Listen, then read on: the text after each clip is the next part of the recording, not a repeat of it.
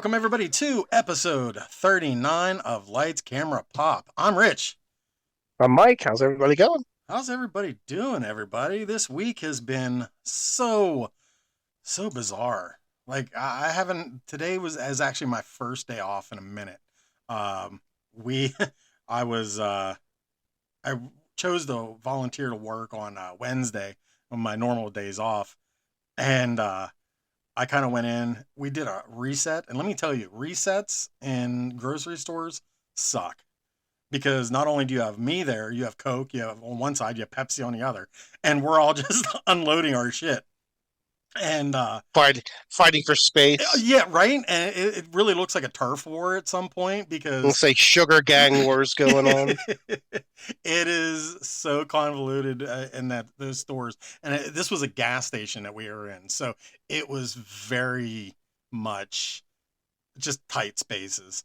And but we managed through it, and I went and did a couple pricings and new labeling and stuff like that.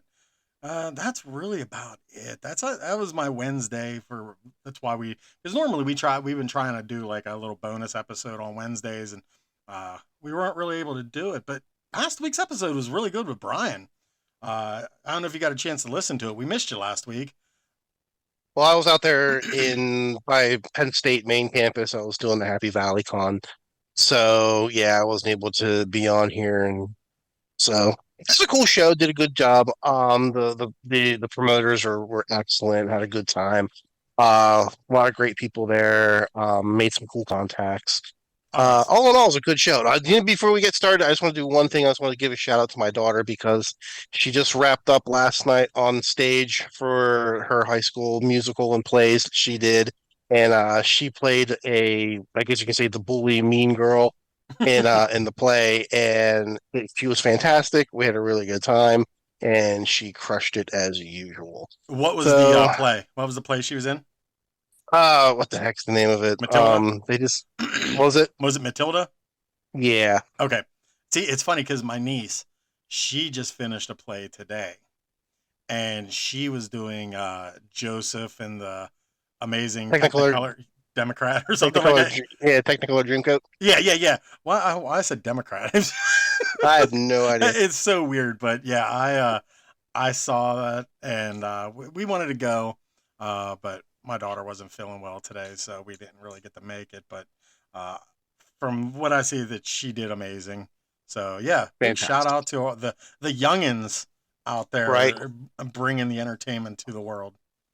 So Absolutely. I guess we should probably dive in since we have someone Yeah. waiting in the Listen, wings. I'm so excited about this because tonight I know it's going to look you see me looking off to the side, but tonight we're really excited because we're going to be welcoming a guest whose career. I'm going to pull up my phone here just to kind of. Tonight we're really excited to welcome a guest whose career spans some truly incredible film and television. You may know him best from the unforgettable Skinny Pete from Breaking Bad, but his work goes way beyond that. He's appeared in fan favorite shows like The Mandalorian, The Blacklist. You can catch him nearly every week currently on HBO Max's smash hit The Pitt. And he's also appearing in the 2026 film You Can't Win. So with a career full of memorable characters and standout performances, we're really thrilled that he took some time to hang with us tonight. Welcome everybody to the incredible, talented, and very cool Charles Baker. Yay! Hey, We need like Kermit doing like the little Muppet. Yay! Man, yes. Hey, how's it thank you. going? Really excited to have you here with us. Um, I tell you what, like I've been watching you now for. So Mike has been watching you a little longer because he's watched Breaking Bad. Of course, I've watched The Mandalorian, and then just The Pit is where you really started to catch my attention because once The Pit hit, then all of a sudden it was like I started seeing you pop up everywhere. I was like, oh wow, this guy has some like acting chops. I got to talk to him, and so I'm really excited to have you here. Mikey, you want to add anything before we get started? I was just shocked. He's like, Rich messages me today, like, you are not going to believe who we have. And I was just like, oh my God. I was like, no way. I was like, you got Skinny Pete. I was like, that's so badass. So, yes, I am very excited to have you on the show. Well, I told my wife too. My wife's like, all right, you guys are actually kind of cool now. Kind of cool now. Right on. Right. Right on. Uh, Right on. uh, really, it's my big thing is like, what got you into this? I know that's like the question that starts everything off, but I figured we'll get that elephant out of the room and then we can just let the dam break from there. Desperate for attention. It's my main reason. I love I, lo- I like getting paid to get play make believe for a living. Um, I don't know. I did theater when I was a kid. I didn't have a lot of parental support, but most of my like elementary school, middle school, the music and drama teachers were always the ones that were kind of taking care of me and kind of took me under their wings and became kind of surrogate parents for me. And then I kind of learned I was just trying to be a singer. I wanted to be a music teacher. Oh, I had studied dance. I had been a gymnast, and I had all these different skills. And I figured, as they say, find a job doing what you love, and you never work a day in your life. And so I tried to make a living as a singer. I tried to make a living as a dancer, and then acting hit, and it won as far as paychecks went, and I just started getting more of those. I'm too old to do the dancing anymore, and so it's worked out pretty well. I love the fact that you said that you got into this because you wanted attention.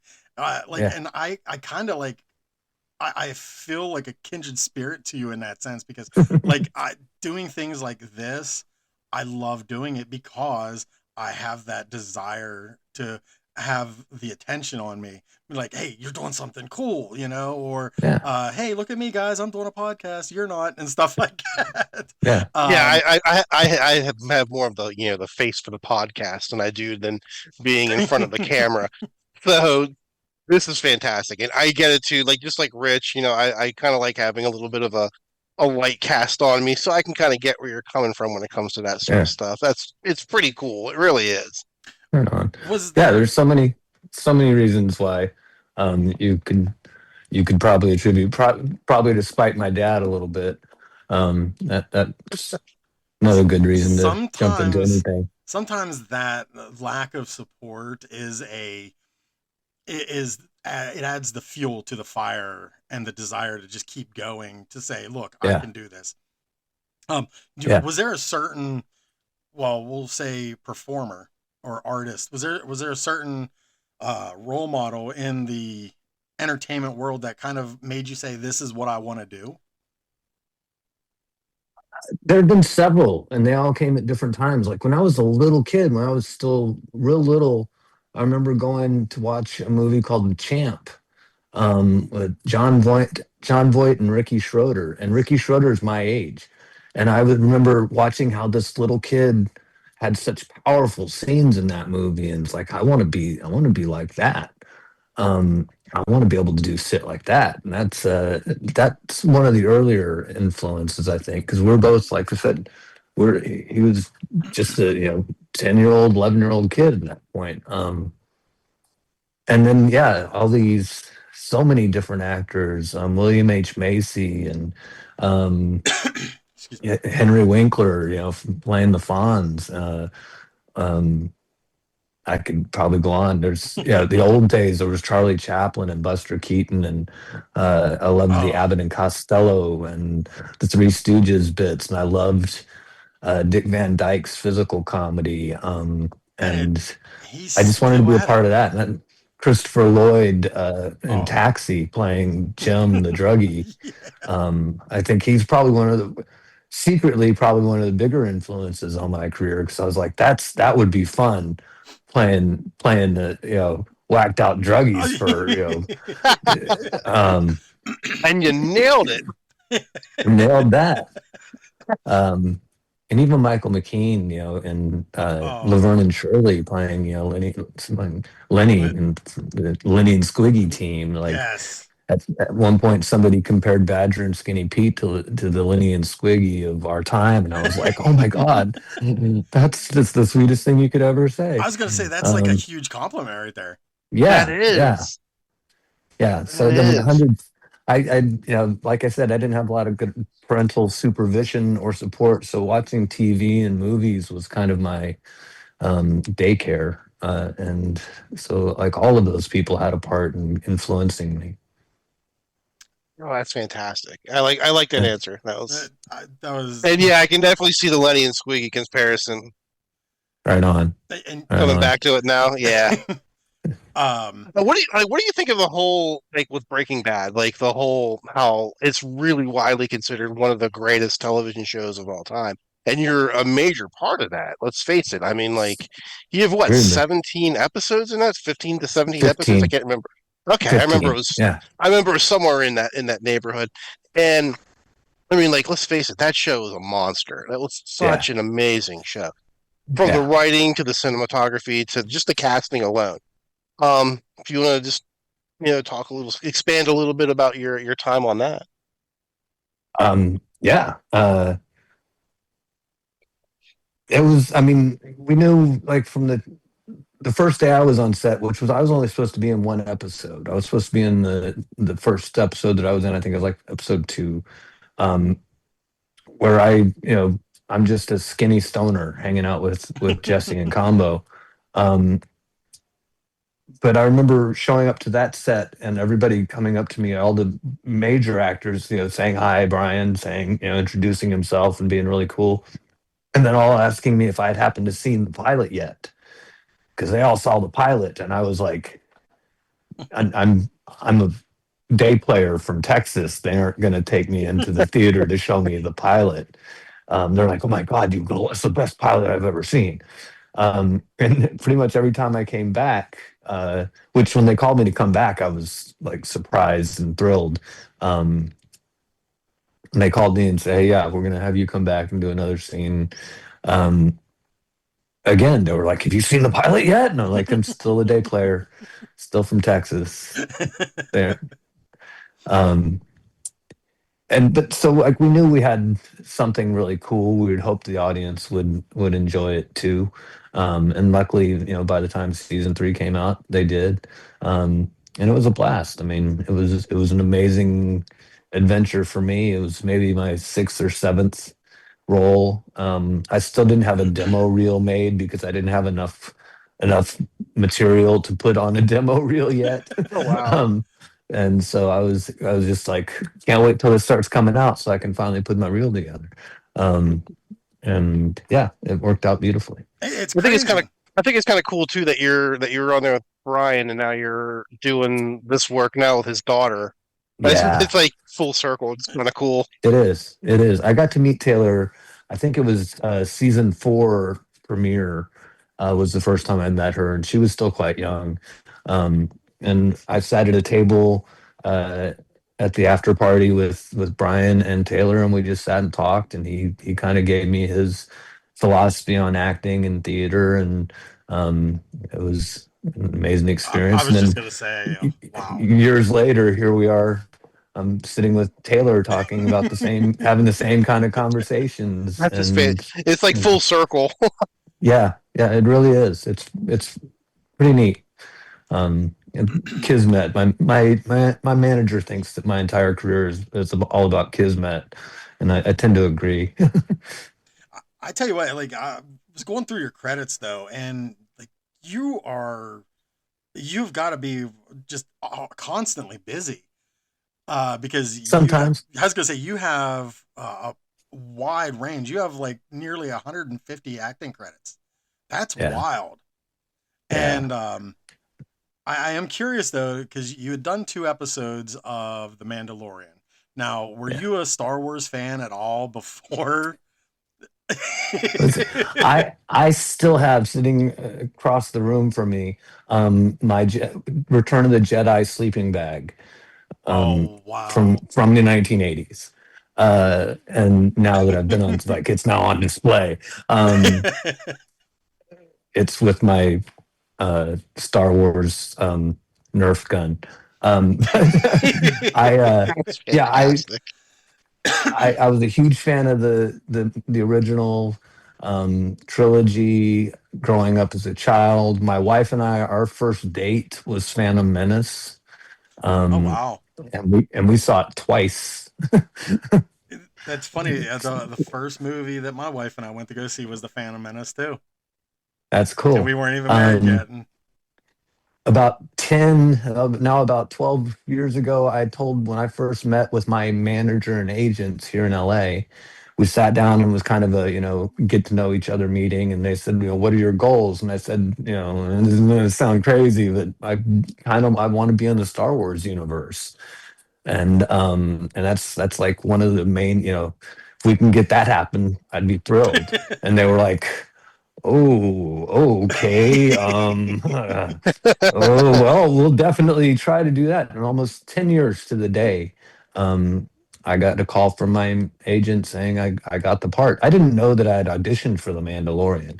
And if I would have known I was auditioning for it, I probably wouldn't have gotten the part. I probably would have freaked out too hard and like overcompensated.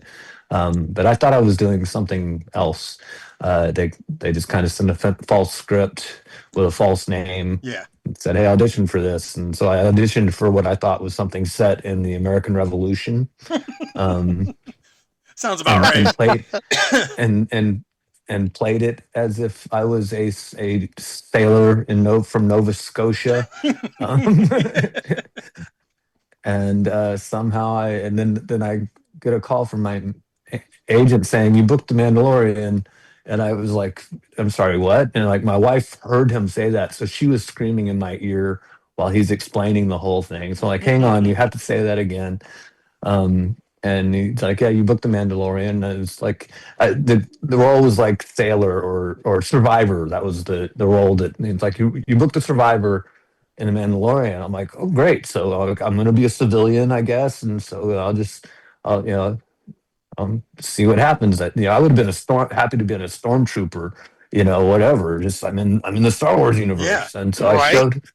So they had me come in for a costume fitting, and in the costume fitting, they like measured every inch of my body and like really like just throw some rags on me. I'm playing a civilian survivor, and they're like, they don't know. You don't know, do you? And I was like, what? And they picked up a Mandalorian helmet and put it on the desk next to me, and I was like, wait, what? Oh wow. And that's how I found out I was playing a Mandalorian survivor. Oh, Um, and I, it just kind of like, whoa. and Could have been at Um, that moment that my head would have literally exploded. right. it Like, if it weren't for the helmet, it probably would have, quite frankly.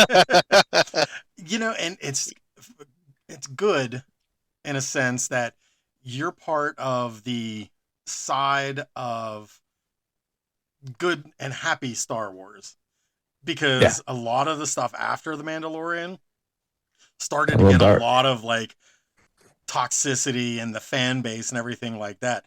But the Mandalorian is Yeah, widely well received. yeah, So, yeah, if it's you were almost like in, it's like the cutoff point to where yeah, you because have, it's like right, because if you were in the you, acolyte, maybe it would have been like, oh well, but yeah. yeah. So, but Which the way I see it is, but as long as still, we're it's getting still in the more, Star Wars universe. That doesn't yeah, yeah, and matter. that's what I was gonna No say. matter what it is, it's still in the universe, and that's all that yeah, matters. As long as yeah. we keep getting more Star Wars, I will continue to watch. I could care less. Yeah, I don't That's really like. that's kind of where I'm at. Like you already got me in. You might as well just ride the ride. Yeah, for Yeah, I Um, mean, sure. like I'm already halfway down this mountain. There's no way I'm getting off now. So I yeah, mean, yeah, So, yeah, yeah, so with being on the pit, you were also in Mayor of Kingstown. yeah, So yeah. there's obviously the Pittsburgh connection there. Have you actually been to the city? Yeah, yeah, several times. I love Pittsburgh. Um, I had a blast. So I lived in Carlisle, Pennsylvania, Oh, okay. as oh, cool. as a teenager. It's where the U.S. Army War College Yeah. Yep. is. I My know. my dad my dad was a fellow at the War College there while he was advising some presidents on Middle East terrorist tactics. Wow. And so I spent a lot of time in Pennsylvania, but from there, Kingstown, I spent a couple of weeks in Pittsburgh and stayed downtown and just like there was great food, great Oh people. yeah. Um, I loved it. I love And Pittsburgh. I do. I'm not yeah, gonna. I think Pittsburgh's a great city. it is. It is. It's got a little bit of everything for you. It So does, and it's not expensive. It's easy to get around. There's great culture here. You're mhm. not far from New York, Philly, Yeah, Cleveland. Like it's just a great city. And I'm a yeah, transplant. I'm originally from Philly, so I love it here.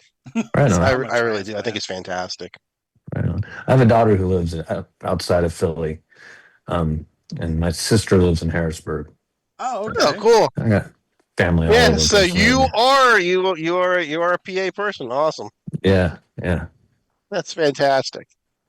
I've lived everywhere, so I can pretty much hit it off with anybody around the world pretty easily. 'Cause, oh, I've lived there. Um, Ah.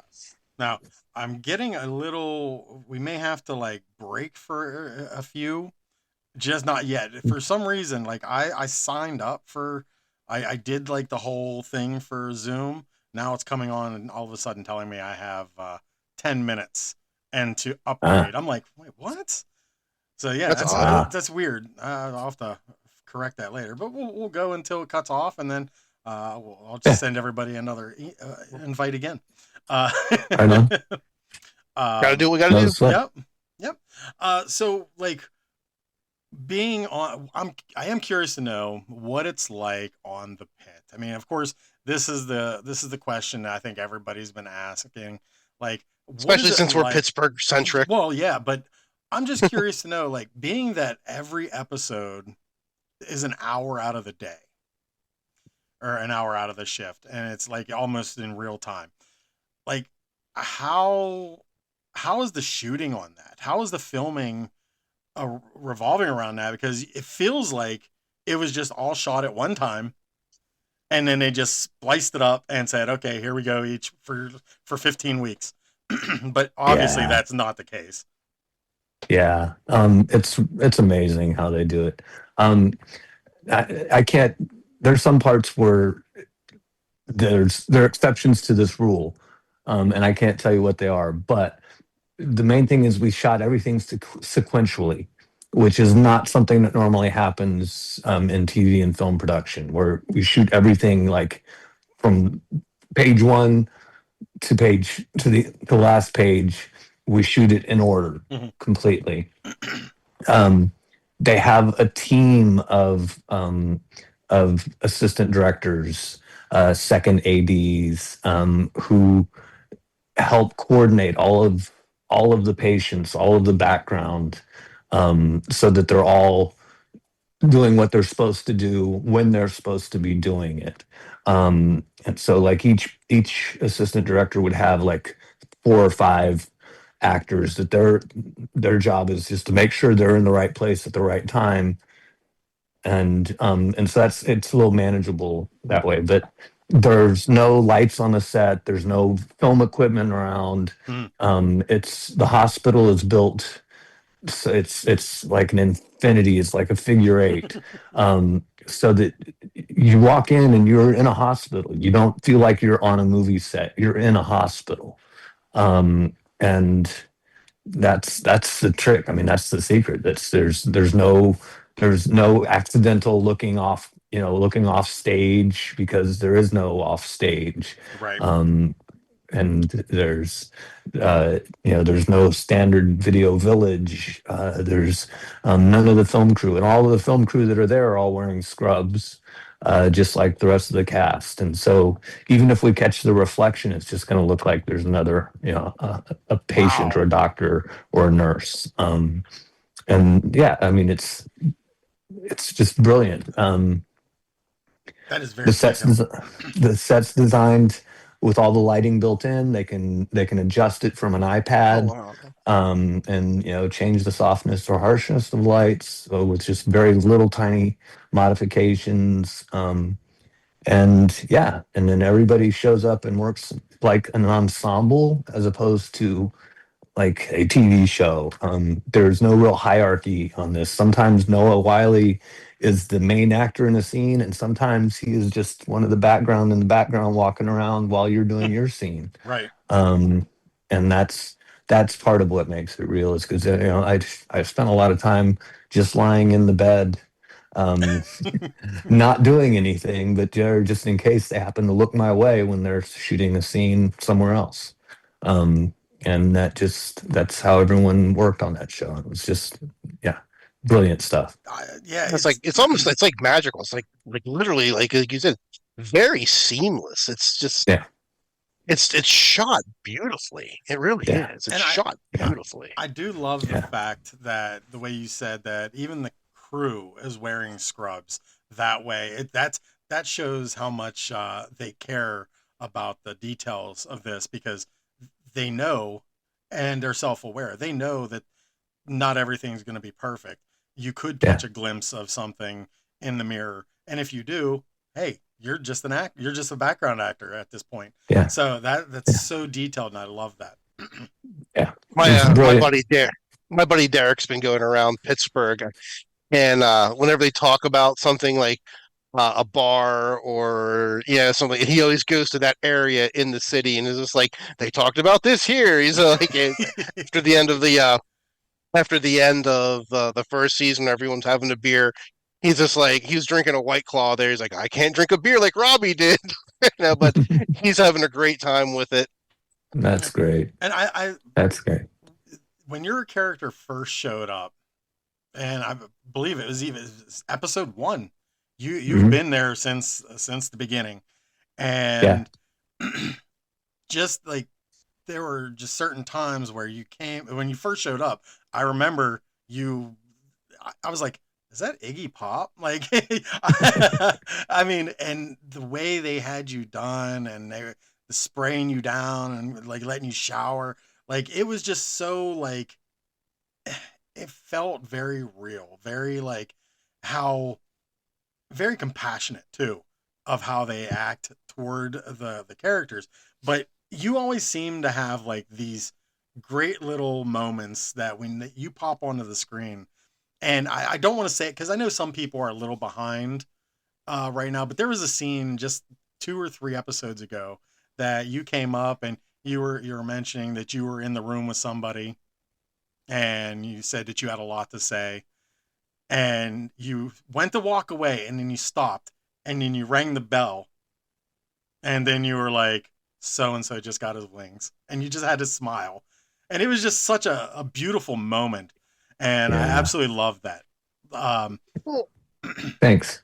I'm not gonna like spoil anything, but just your two thumbs up in this last episode was just great. It was just like I was just like that was just because you were like in awe of them working and how they did what they did, and you're just like that was fantastic.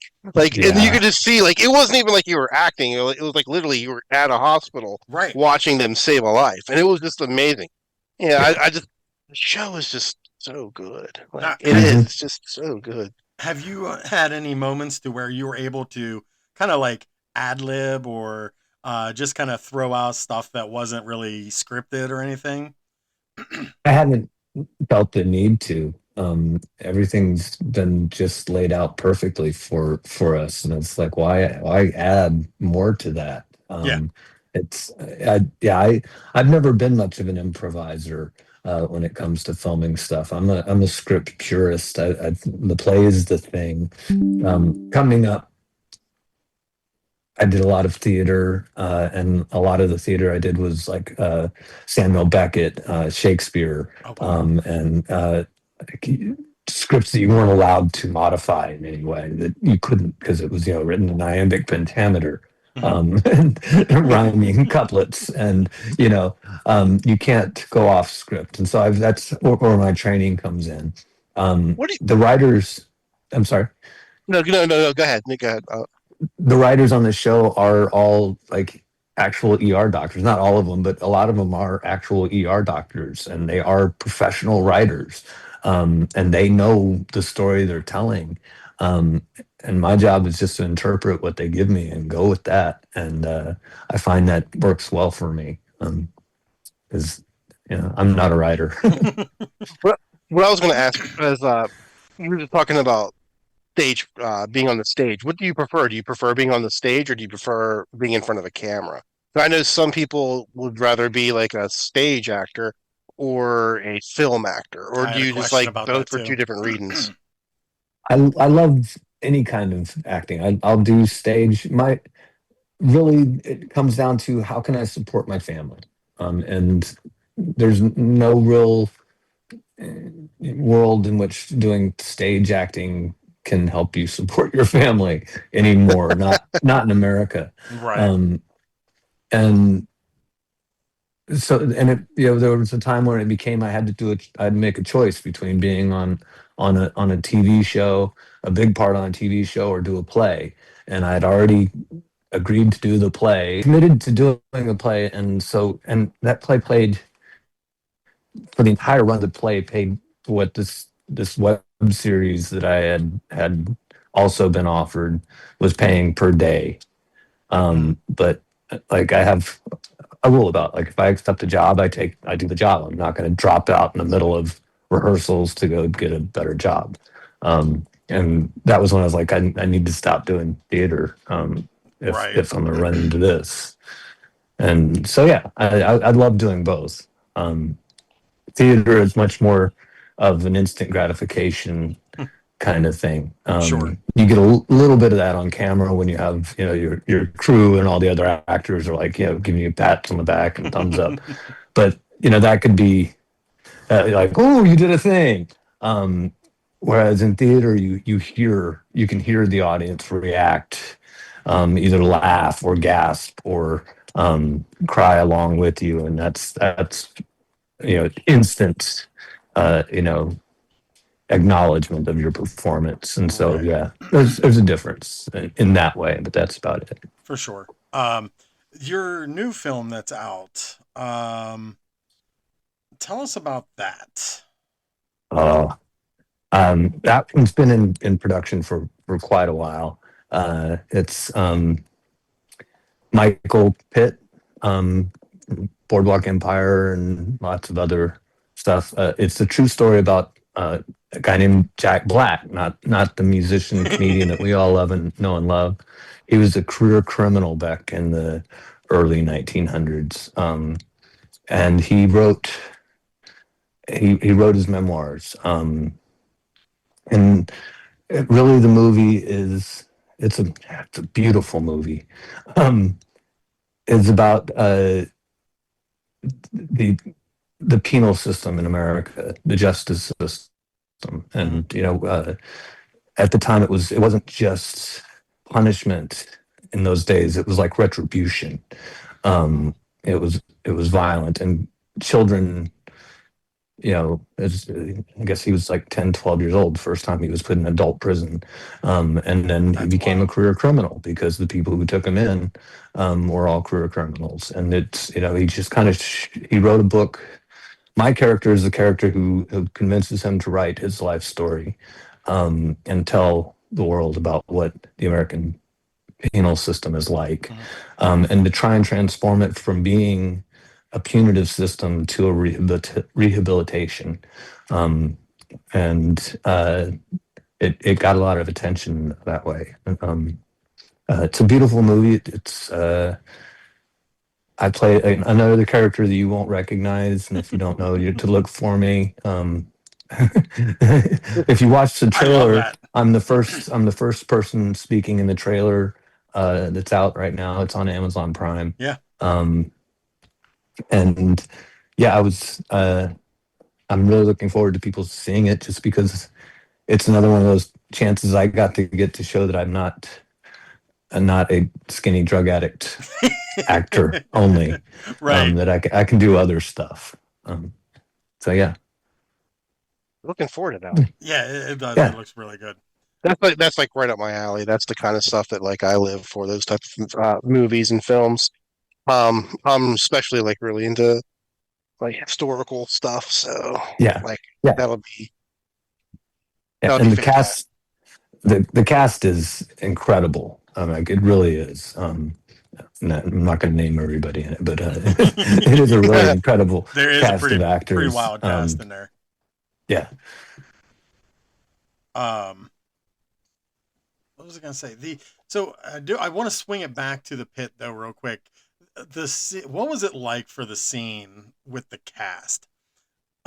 When they were sawing it off of your arm, and I remember watching it, and my daughter, it's almost like a family kind of thing, and we're all sitting there watching it. My daughter's on the edge of her seat. My wife's sitting there with the pillow up over her face, going, "No, no, no, no!" And I know. they're sawing away, I'm going, "Oh, you watch." And sure enough, the did that take a long time for them to get that prosthetic or the makeup and all the special effects on that? Yeah, there was a considerable amount of time. That was one of the first things I went in for after they cast me in the show was to make my cast. Mm, And they made several replicas of a cast, and it had to look like it was a real cast, but it had to be something I could slip on and off. yeah. Um, uh, and so yeah, we most of the time you saw me with the cast on, I didn't have anything else. I just had the cast on. But then for the scene where we cut it off, they put prosthetics on my arm to give me, the big gashes on my arm that were there with some fake blood to go along with that. Um, and what we did was we they did a scene where she actually does cut the cast, but then we also had another cast that was already cut open. Okay. Um, and so they put wrapped that one around, and they poured the little maggots all over my arm, and then kind of gently closed it back over, and then she mimed sawing it open again and revealing for the reveal of the maggots. After the first take, the director went, "Oh, more maggots." Um, So they poured some more maggots over it. We did it again, but it was a great. I mean, movie magic. It's the way they do things is just really cool. So yeah, none of those maggots got harmed. Well, They that's actually good. got That's good. fed. They actually got fed pretty well because the blood stuff they were using actually had like corn syrup in it, and those little guys were just like, "Yeah, this stuff's good." And you could feel that over through the latex prosthetic on my arm, but they never actually really touched my skin because I had latex prosthetics covering that up. Right, but you could still feel the squirm going. You could feel the squirming going. You could feel them like really anxiously trying to get in there. And there were different types of flies have different sized larvae, and so like there were some horsefly maggots in there, and then some fruit fly maggots. So they had like this whole range of sizes for the maggots, for visual Yeah. effect. Did you know that um, when you were coming out for the pit, did you know that you were going to be auditioning for this, or was this like another one of the surprise type of shows that you like? Oh, yeah, I cool. knew. No, I knew I was auditioning for this. I hadn't started watching it yet. Okay. I had heard about it and but I hadn't started watching. And I read for the role, and the scenes they had were more speculative kind of scripts. They were like some of this we know we're going to be actually keeping, and some of it we may end up not using, um, or shooting later. So. Uh, I knew it was coming. I knew once I got the part, I knew that I was going to have to do a shower scene. I knew that I was going to have the maggots on my arm, Yeah. and I knew there was um, a third waiver I had to sign besides those two, but it hasn't happened yet, so I won't tell you about that one. Yeah. Yeah. Not nearly as bad as maggots or seeing my butt. So, um, Well, I was gonna say the way they set up your character, like I just feel like It almost feels, I swear, and I'm not just saying this because you're here with us, but I feel like you're like the pivotal patient. That's like you've been in every episode, and like, and it's sometimes even just for like a little two thumbs up kind of thing, or a ringing of the bell, but you're there when they need you, when they need that Yeah, little special, like, aw, that kind of reels them back into reality. And yeah. you always seem to be that character to be there. So I'm really looking forward to seeing where your arc goes to the end of the season. I'm looking forward to you seeing it. Um, the good stuff's still coming. Yeah. It's, What is some of the roles? Is there like a role that you would? And I know you said that you like to just take roles to support, provide, and support for your family and everything. Is there a role though that you look forward to, that you're hoping that comes your way? Like, of course, like we know the Star Wars one was kind of came about for you. But is there yeah. something else coming that you would like to be in? Um, I'm loving playing characters like Digby. Um, like just good people. It's so nice to just embody good people. As an actor, that's my job. I have to like I put on the mask. And when I put on somebody's mask, I usually feel a lot of what I would imagine they feel. And when I play bad people, I feel bad all the time. And so yeah, playing good-hearted people is what I'm looking forward to getting maybe a little bit more of that. I'd love to work with James Gunn Oh, so much. Like that would be a really cool next step. Because I've done all the things I've ever wanted to do. It's I like I love that. That is might such as an well go amazing for something answer, more. though. That you just want to play a good people, because Yeah. really, that's so important in entertainment, that we have It's those people that we can look to and kind of make us feel like we want to be a better person. yeah. So many actors in this business, they want to be Batman and I want to be Mr. Rogers. That's I think that's That's perfect. I love that. A lot of people like I don't want to say like the bad guy because the bad guy is, cool or suave and stuff like that. And, and they and the bad people are always, somewhat memorable. I mean, like we all remember Hans Gruber falling out of the Nakatomi Tower. We all remember Bane. We all remember, but you're right. You don't really remember the good guys. And if you do remember the good guys, they're usually like the good guys that have a dark I don't know, side. a dark side. So yeah, like your Batman. Yeah. And then the people that are like the super good guys, like, Superman, they just kind of they're made fun of too much. But I like the fact that you want to be the good guy. You want to have that. Yeah, you do need that light at the end of the tunnel. You really Yeah. do. You need something to strive for. You need something to be like, all right, I get it. Yeah. You know, Yeah. it has to triumph over evil. Yeah, Right. and that's Right. I was like thinking when you were saying about that, is a lot of times lately, within the past, I don't know, within the past 5 to 10 years, it seems like a lot of filmmakers glorified being the villain.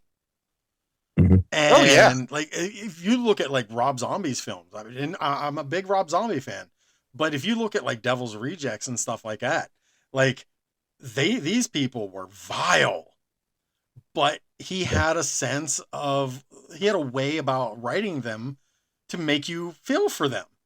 But like, why should we feel that way for them? So like, it is so reassuring to know that, you know, you want to be in films that and TV roles that make us want to be like Mr. Rogers. Like, I absolutely love that. Yeah. You can be, I mean, Mr. Rogers, the man, he was a veteran. He had fought Hmm. in battles before. That him being a good, kind, loving soul didn't make him any less of a man. Um, Not at and all. I think we all need to start realizing that. I think a lot of people, they feel like their manlyhood is being threatened by kindness, and like kindness is not my weakness. Kindness is my strength. Um, that's where that's where the good comes from. Like it's Right. I A lot of people mistake kindness for weakness. They really yes, do. yeah, And and again, like getting back to the whole, quote unquote manliness type of thing. Um, you're right. I mean, like people that, especially in today, like with the internet and social media and stuff, the way it is, the people that advocate for violence, like war, whatever, are the people that absolutely know nothing about violence and know absolutely nothing what violence can do. right, You right, know, you don't want to be the, what's that old adage? You don't want to be the farmer in the war. You want to be the warrior in the farm field. You right. want to understand violence, because if you don't understand violence, then you can advocate for it. But if you understand violence, then you're just like, you don't want anything to do with it. Yeah, The yeah, people that have never been punched in the face are the people that are always out there trying to get other people punched in the face. yeah. That's my little That rant there. sounds about right. Sounds about right. Well, Um, I tell you what, I think, I mean, I feel like, I feel that's a good place to kind of wrap up. I think that was very well said. thanks. I don't think we could really top anything with that. Mike, you want to add Right on. anything? Basically, I want to first off, I want to thank you for coming on the show. You were a wonderful guest. I really enjoyed our conversation we had. And I hope your daughter's having fun out by Philly, and she better know which is the true good cheesesteak to get to. Um, but again, I just want to say thank you for that. And remember, guys, Weird Al for the Super Bowl. If you don't know what that 2027. is, every single time we end of the show, we always advocate to have Weird Al for the Super Bowl halftime, because Absolutely. we feel he can truly heal the nation. That's our, If anybody can, if anybody can, he can truly heal the nation. he's like our So Bill and Ted. exactly Right. right. Absolutely. Um, Charles, where can anybody find you at? Mostly in my couch. No.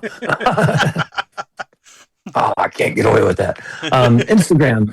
Instagram is the best place to find me because I'm too lazy to go join new and exciting ways of communicating with people. Uh, and I'm at the Charles Baker on Instagram. It has a link to my Facebook page too. So if you're really into Facebook, you can find that there. Um, and yeah, otherwise, watch some TV. I'll be there. Yep. Check out the Oh, we'll be pit. watching TV. Yeah, yeah. Check Right out the on. pit. Check and go to Amazon. Check Yeah, out you can't win, you can't win. and go to Amazon Prime and check that out. I know that's what I'm going to be doing here in a little bit. Right on, Once I man. I get hope you settled down enjoy and it. finish once I finish my daughter's bedroom. Yes, yes. Get that And, linoleum Yeah, and get check that out my down. buddy linoleum and check out my buddy Dustin. He's Dustin Regic over there. He's the one that's doing the pit stuff on Instagram. You sent me that stuff. Oh my You'll get a god, kick out of cracked all me his up. stuff. Right on. He cracked me up because he sent me the one where he's like, last episode, McKay talked about going to a gallery on the corner of this street and this street. So we have a CVS here and a Wendy's here, but no gallery. So that cracked me up. I was crying. It's But great. yeah, Charlie, it was great to have you. I really, really appreciate you taking time out of your day Thank you, Rick. to join us. No problem. And we will be tuning in each week to see where your journey takes you. And everybody do the same. And appreciate Please. everybody getting their geek on. You can follow Mike at nomad underscore comics underscore collectibles and me at lights camera pop and Richie Wayne 76. On that, Again, thank you for coming on. We really, really, really, really appreciate it. And good Glad to luck be with here. all of your and ventures in the future. congratulations! Like I tell you what, Thank you. congratulations on such an amazing career. Thank you so much. I'm loving every minute of it. All right. Well, you have a great day and take You care, too. everybody. And we will see Right. you next week. Peace. Peace. Have a Bye good one. bye.